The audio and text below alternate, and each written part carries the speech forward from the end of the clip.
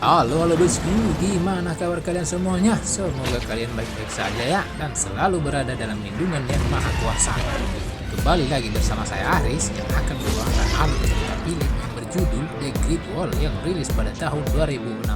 Film ini mengisahkan tentang legenda di mana tembok Cina yang setiap 60 tahun sekali akan ada ribuan makhluk dari dalam gunung yang ingin menerobos tembok Cina untuk menghukum manusia-manusia yang serakah. Gimana ceritanya? Namun sebelum itu jangan lupa pencet tombol like dan padamkan si merah subscribe-nya dulu bosku.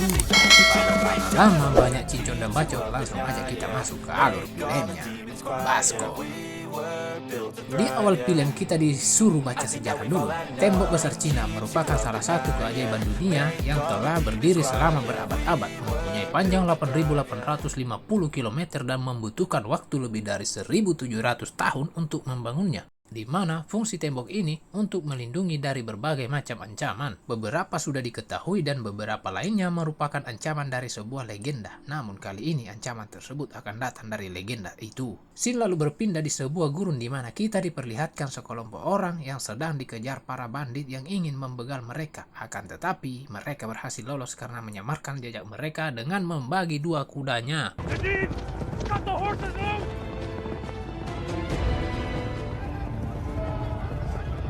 Malam hari pun tiba di mana orang-orang ini memutuskan untuk beristirahat. Jadi, orang-orang ini adalah sekelompok tentara bayaran dari Eropa yang dibayar untuk mencari sebuah barang yang menurutnya masih mitos, yaitu bubuk mesiu atau bubuk hitam. Yang dimana barang ini merupakan barang yang sangat dicari-cari orang dikarenakan bisa digunakan untuk membuat senjata yang mematikan di masa itu.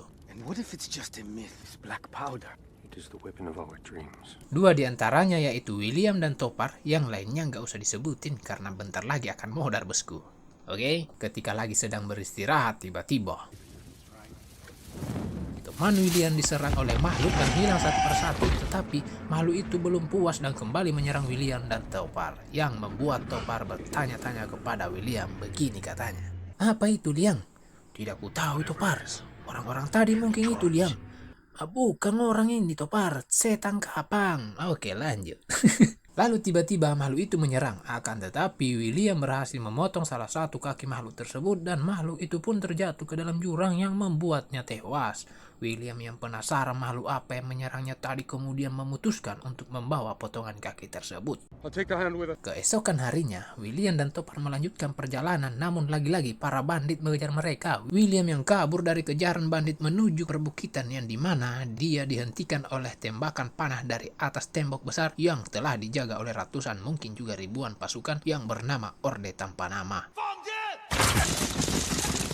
William dan Topar yang tidak ingin bermasalah dengan para bandit memutuskan menyerahkan diri kepada pasukan yang berada di depannya dan kemudian ditahan lalu dibawa ke sebuah ruangan yang dimana semua jenis pasukan dan komandan telah berada di sana. Kita perkenalkan satu persatu dulu bosku. Nama-nama komandan ini: yang memakai baju warna ungu namanya si Deng, yang berwarna kuning namanya Cheng, yang warna biru yang cantik ini namanya si Lin, sedangkan yang merah namanya Wu, dan yang hitam itu si Pak Jenderal bernama Sao. Setelah menggeledah bawaan William, mereka menemukan sebuah kaki yang kemudian Komandan Lin menanyakan asal-usul dari kaki tersebut. Begini katanya, "Dari mana kau dapat ini kaki?" "Bukan didapat itu, tapi kupotong dari pemiliknya." "Di mana kau ketemu ini pemiliknya?" "2 hari naik kuda di pegunungan." "Kalian berdua aja yang membunuhnya?" "Saya sendiri ji yang bunuh, karena Topar takut-takut." Wih, anjay.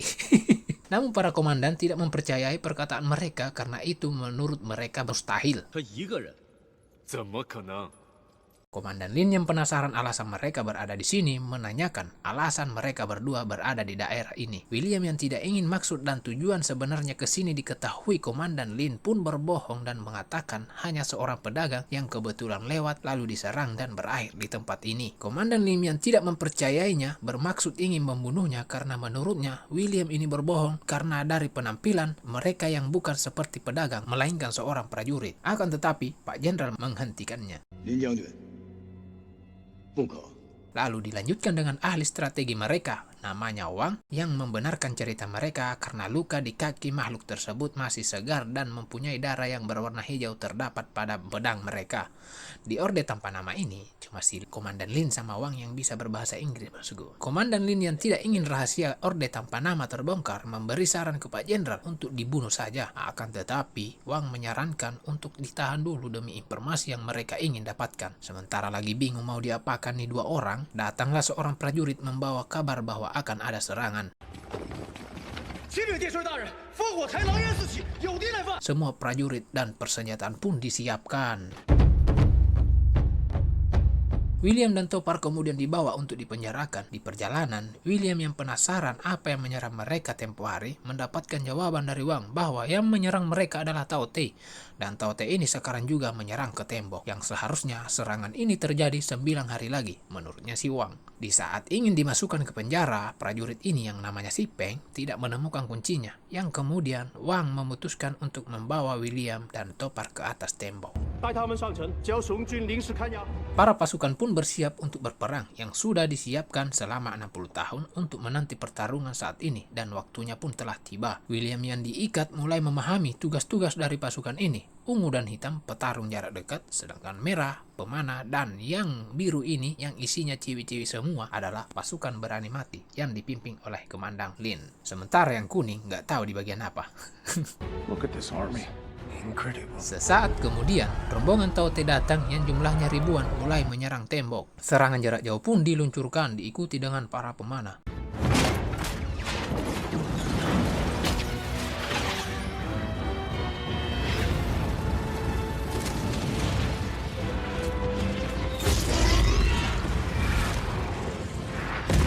Saat Tao Te mulai sampai di tembok, pasukan biru yang gak mau kalah nih pun beraksi.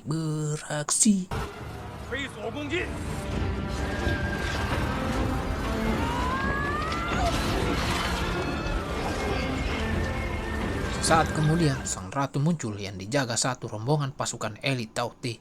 Lalu Jenderal Shao yang melihat memerintahkan pasukan untuk menyerang sang ratu. Namanya juga pasukan elit Tao Te. Alhasil serangan Pak Jenderal dengan mudahnya ditangkis. Sang ratu kemudian memerintahkan pasukannya untuk memanjat ke atas tembok. Pasukan jarak dekat pun kemudian disiapkan dari pihak manusia. Wanjay. William yang melihat peluang meminta bantuan kepada seseorang yang bernama Ballard, tapi kita panggil aja Samsul, bosku, untuk membebaskannya. Bukannya kabur, William memilih membantu pasukan Orde Tanpa Nama melawan para Tao Te yang berhasil memanjat ke atas. Pertempuran epik pun terjadi.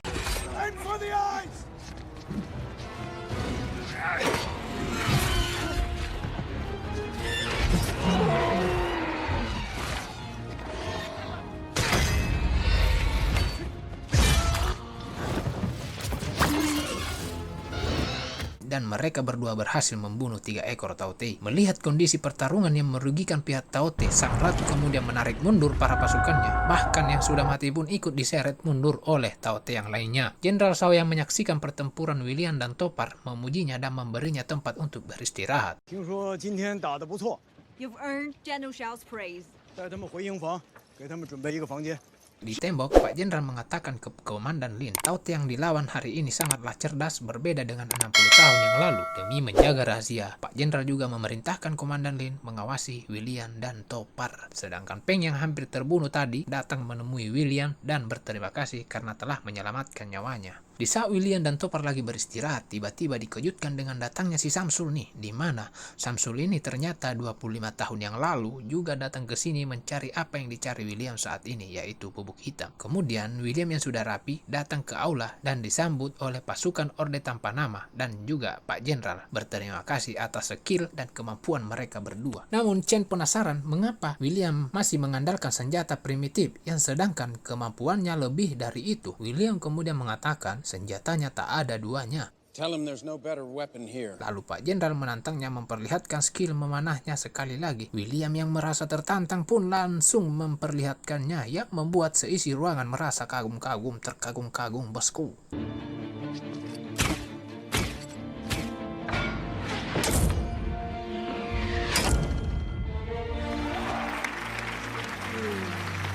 William yang makan dengan Lin menanyakan mengapa Samsul masih ditahan di sini. Namun Komandan Lin hanya menjawab dia harus tetap di sini. Yang nggak tahu juga apa alasannya. William yang mengetahui kalau Lin cuma sendiri tanpa keluarga mengatakan kalau mereka sama-sama tumbuh di medan pertempuran. Tetapi pendapat Lin justru berbeda. Lin di sini hanya membela satu bendera mengandalkan keyakinan dan kepercayaan, sedangkan William bertarung mewakili banyak bendera demi bisa bertahan hidup. Komandan Lin kemudian mengajak William ke tembok untuk mencoba tugas dari pasukan biru.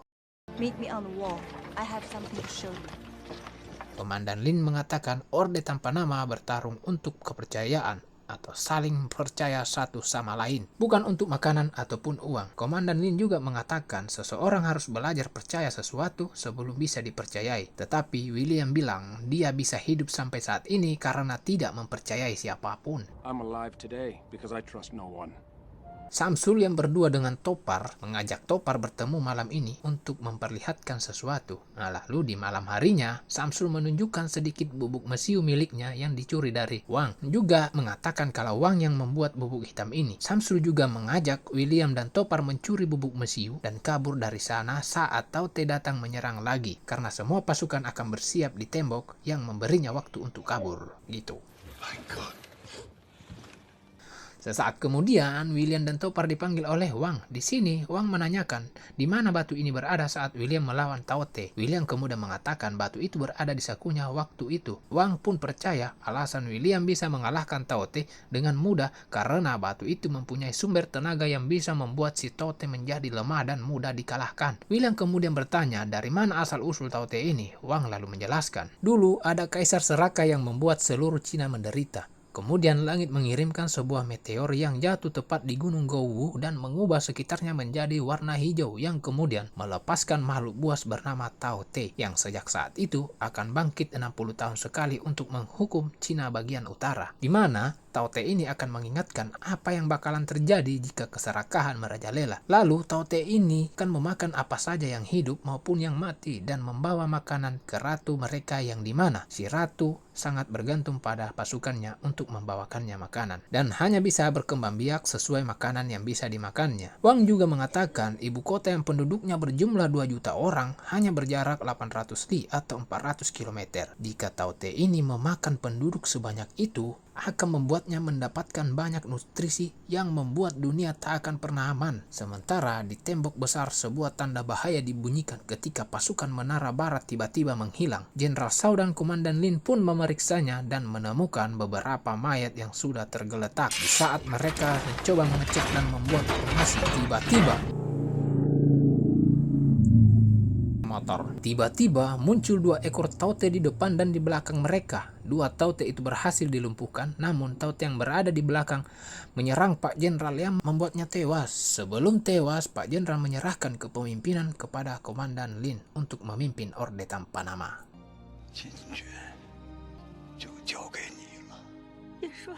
Setelah pemakaman Pak Jenderal, seseorang utusan dari istana membawa catatan penting untuk membantu peperangan yang akan datang. Wang kemudian menjelaskan ke semua orang yang ada di sana, William berhasil mengalahkan Taute dengan mudah karena adanya batu magnet yang dibawanya, yang membuat Taute tuli dan tidak bisa menerima perintah dari sang ratu. Akan tetapi ini masih teori si Wang. Jenderal Lin yang belum mempercayai teori ini menanyakan cara membuktikannya. Si William yang ingin membuktikan itu kemudian menyarankan untuk menangkap salah satu dari Taute itu, lalu menjelaskan cara menangkapnya dengan memakai tombak yang diikat rantai sama dengan menangkap paus yang dilihatnya waktu di Spanyol. A spear that grabs.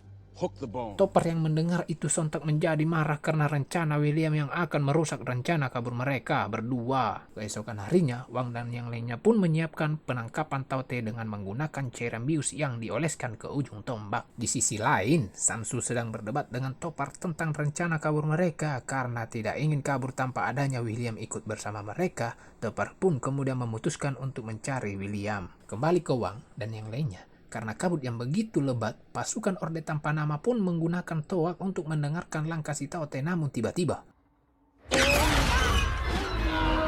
ya, ternyata Taute ini memang cerdas. Mereka datang dengan mengendap-endap di dalam kabut menuju tembok. Pertempuran pun dimulai.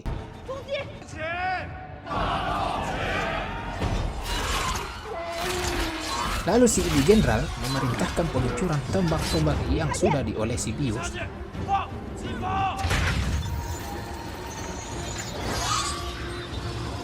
Alhasil beberapa dari Tote terkena perangkap, namun biusnya bekerja sangat lama, sehingga beberapa Tote yang tertangkap pun berhasil melepaskan diri. Lalu tersisalah satu Tote yang masih terjebak. Melihat rantai akan lepas, William memutuskan untuk turun dan mengikat Tote yang tertangkap itu. Setelah sampai di bawah, William kemudian mengikat kaki si Tote yang pingsan. Di saat yang bersamaan, beberapa Tote menyerang dan berhasil dia lumpuhkan, akan tetapi salah satu Tote tiba-tiba menyerang William dari belakang yang hampir membuatnya tewas, namun Topar datang membantunya. Taote yang semakin mengamuk membuat William dan Topar tersudut. William kemudian mengirim kode meminta bantuan dengan anak panahnya. Jenderal Lim yang menyadari kode itu pun mengeluarkan senjata andalannya, yaitu panah yang dilengkapi dengan bubuk besi dan meledakkan Taote-Taote itu.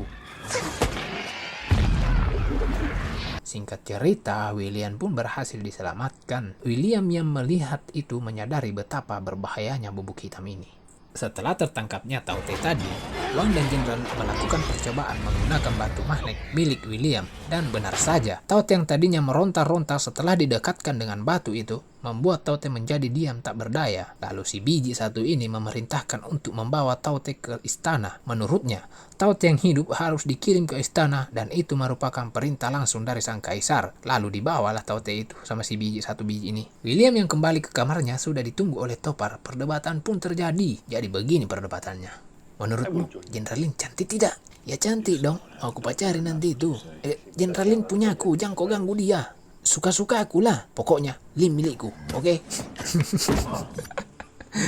Setelah perdebatan, sebuah tanda bahaya diberitahukan kalau Taote terlihat akan menyerang lagi. Sontak semua pasukan pun kemudian berkumpul, namun yang ditemukan mereka bukannya Taote, melainkan hanya bekas galian dari Taote itu sendiri menuju ke pusat ibu kota. Yang ternyata serangan tadi saat salah satunya tertangkap hanyalah sebuah pengalihan, sementara yang lainnya menggali terowongan tepat di bawah tembok mereka untuk menuju ke ibu kota yang banyak penduduknya. Ya pastinya makanan lah bosku. 没想到他们前2次都是佯攻，我们都上当。他得已突破长城。 他们居然如此狡猾。 Di sisi lain, Samsul dan Topar yang melihat kesibukan pasukan mengambil kesempatan memanfaatkan situasi ini. Kemudian menuju ke gudang tempat bubuk mesiu berada. Dengan sisa dari bubuk mesiu miliknya, berhasil merobohkan pintu gudang. Have a look. See if it's gone out. Di saat asik mencuri, datanglah si William untuk mencegah mereka. Namun di saat William berdebat dengan si Topar, si Samsul menjatuhkan benda yang alhasil mengenai kepala William yang membuat William pingsan. William yang pingsan kemudian ditangkap karena dituduh mencuri dan membantu temannya melarikan diri. Namun si Peng datang dan mengatakan William tidak bermaksud mencurinya, akan tetapi berusaha menghentikan Topar dan Samsul mencuri. Jenderal Lim yang sudah terlanjur kecewa memenjarakan William dan mengirim kavaleri untuk mengejar Topar dan Samsul. 严加看管，派骑兵队把那2个盗贼。 Sementara di luar, Topar dan Samsul yang melarikan diri nih mulai kebingungan arah mana yang akan dituju. Lalu si Samsul menyuruh Topar ke tempat yang lebih tinggi. Namun apa yang dilakukan Samsul? Malah pergi sendiri dan meninggalkan Topar sendirian. Makanya Topar, jangan percaya sama orang yang baru kau kenal. Topar. Sementara pasukan Ordo tanpa nama yang menyadari tidak bisa sampai di istana dengan waktu yang singkat, dengan jaraknya yang begitu jauh, memutuskan untuk menggunakan balon udara sebagai kendaraan transportasi, yang dimana balon udara ini belum pernah dicoba sebelumnya. Alhasil beberapa dari balon pun mulai terbakar dan berjatuhan, yang hanya menyisakan Jenderal Lin dan beberapa pasukan yang berhasil lolos menuju ke istana. Lalu atas perintah Jenderal Lin, William kemudian dibebaskan dan diperbolehkan mengambil apa saja oleh Wang, lalu pergi dari sini. Namun William lebih memilih untuk ikut dalam pertempuran. You are free to leave. Take what you wish. William, Wang, serta Peng kemudian menyusul ke istana. Sedangkan di sisi lain, si Samsul yang berkhianat nih dikejutkan dengan hadirnya si bandit-bandit gurun, lalu ditangkap dan dibawa sama bandit-bandit gurun tersebut. Sementara di istana, Taote yang tertangkap tadi sudah berada di ruangan kaisar berada. Utusan istana si biji satu ini nih yang dikirim tadi melakukan eksperimen dan menjauhkan batu magnet yang ada di kandang. Alhasil Tao Te-nya pun ngamuk lalu mengirimkan sinyal ke sang ratu. Si ratu yang menanggapi itu kemudian memerintahkan anggotanya banting setir ke kanan dan menuju arah istana. Kembali lagi ke Samsul yang ditawan bandit. Bandit kemudian menggeledah bawaan si Samsul dan berserakanlah si bubuk mesiu itu atau bubuk hitam. Karena si bandit ini yang belum pernah melihat bubuk hitam sebelumnya ini pun memainkan dan dilempar sana sini. Alhasil salah satu bubuk itu pun terjatuh di dekat api. Samsul yang melihat itu pun teriak-teriak yang alhasil pada modar tuh mereka kena ledakan bosku. Topar yang mendengar ledakan itu pun langsung menuju ke sana. Jenderal Lin akhirnya tiba di ibu kota, di mana dia menyaksikan rumah-rumah di sana sudah mulai terbakar dan hancur. Beberapa dari Tao Te yang di bawah pun mulai menyerang balon milik Jenderal Lin yang mengakibatkan pasukannya pada modar dan hanya menyisakan jenderal seorang diri. Di saat Jenderal Lin mulai terdesak, William pun kemudian datang menyelamatkannya dari sergapan para Tao Te.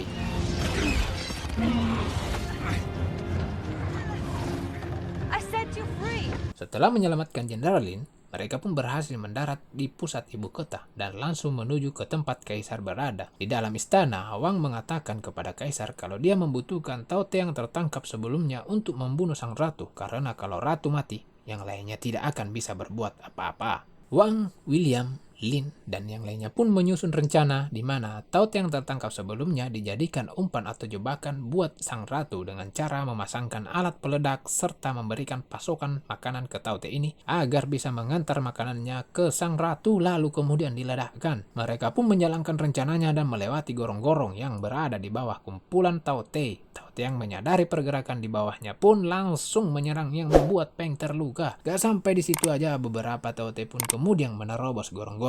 Peng yang sudah terluka lalu mengorbankan dirinya dengan meledakkan bom yang ada pada tubuhnya agar William dan yang lainnya bisa sampai di tujuan. Setelah sampai di pagoda, Wang kemudian menjauhkan batu magnet yang ada pada Tao Te yang membuat Tao Te terbangun dan benar saja Tao Te tadi melakukan sesuai dengan apa yang telah direncanakan, memakan daging dan membawanya ke sang ratu. William dan Jenderal Lin bergegas menuju ke bagian atas pagoda dengan maksud akan memanah Tao Te yang sudah membawa bom tadi. Sementara Wang akan menjaga di bawah untuk menahan Tao Te yang mencoba menerobos masuk. Sesampainya di atas, percobaan pertama dilakukan.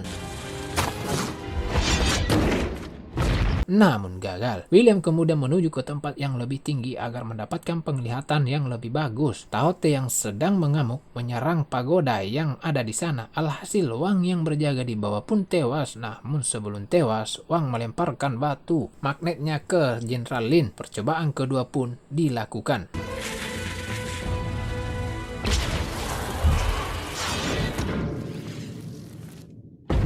Ya, namun lagi-lagi gagal bosku. Sang ratu yang menyadari keberadaan William pun memerintahkan pasukannya untuk menyerang tempat William berada dengan kekuatan penuh. Karena bubuk mesiu tinggal satu lagi, yang berarti kesempatannya tinggal sekali, Jenderal Lin pun mempunyai ide mencoba kesempatan terakhirnya. Dibantu dengan William melempar batu magnet ke arah ratu, membuat ada sedikit celah yang pada akhirnya tombak milik Jenderal Lin berhasil masuk dan mengenai targetnya kemudian meledak.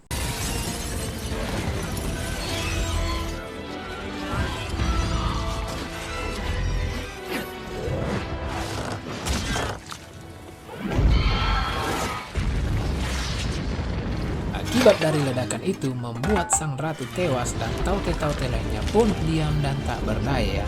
Setelah pertempuran selesai, William tampak mengunjungi seseorang yang berada di penjara yang ternyata dia adalah Topar yang menyerah saat membawa bubuk hitam. William yang sebelumnya diberi pilihan oleh Jenderal Lin yaitu 1. Membawa bubuk hitam sebanyak yang dia mau, 2. Membebaskan temannya Topar. Namun William lebih memilih untuk membebaskan si Topar karena persahabatannya mungkin yang tidak. Nggak tahu lah. Pokoknya gitulah. Film kemudian ditutup dengan memperlihatkan William dan Topar meninggalkan tembok besar yang dikawal satu kavaleri pasukan. Sebelum meninggalkan tembok, William sempat menoleh ke arah tembok tuh. Yang ternyata di sana ada si Jenderal Lin yang begitu bening. Wanjay, bening kali kau Jenderal Lin. Ya, dikasih balik lagi gambarnya.